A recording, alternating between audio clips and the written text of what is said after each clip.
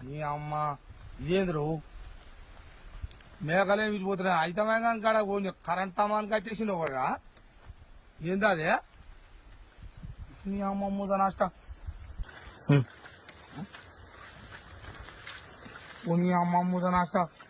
ఎవరు రా వీడిని కరెంట్ తమాన్ని కట్టేసిండు అంత చేయరాని తప్ప ఏం చేశారా వీడు ఎవర్రా వీడు అమ్మో నువ్వా దొంగ